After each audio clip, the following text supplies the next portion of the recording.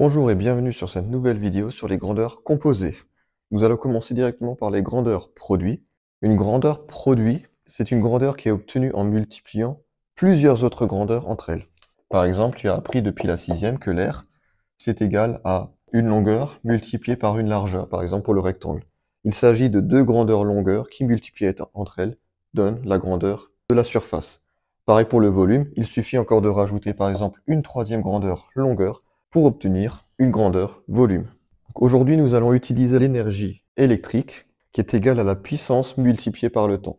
Alors important, il faut préciser que la puissance est souvent exprimée en watts, le temps souvent en heures, et donc l'énergie, on l'écrit souvent en wattheure, voire en kilowattheure. Ok, donc on va poser un petit problème, justement en rapport avec la vie de tous les jours. Sachant que le kilowattheure coûte 25 centimes en France, ce sont des tarifs vus sur Internet à peu près actuels, calcule le coût en électricité d'un climatiseur en été utilisé par un ménage. Alors justement, admettons que la clim soit globalement utilisée surtout entre le 1er juin et le 30 septembre. On va d'abord calculer le nombre de jours que cela fait. Il y a 30 jours en juin, 31 en août et en juillet, et encore 30 en septembre, ce qui nous fait un total de 122 jours. Et avec les canicules justement actuelles de nos jours, on peut supposer que la clim est souvent allumée entre midi et 20 heures, soit un total de 8 heures par jour. Alors supposons justement que la puissance d'une clim est autour de 1300 watts. Avec toutes ces données, on va pouvoir faire les calculs pour justement déterminer le coût total en électricité juste pour une clim. On va calculer justement en wattheure l'énergie de cette clim à 1300 watts en fonction du temps. L'énergie étant égale à la puissance multipliée par le temps, on remplace la puissance étant de 1300 watts, il ne reste plus qu'à déterminer le temps. Comme on va utiliser environ sur 122 jours la clim dans l'année, à raison de 8 heures par jour, il suffit de faire 122 fois 8. Si on pose 122 avec 8, on obtient 976.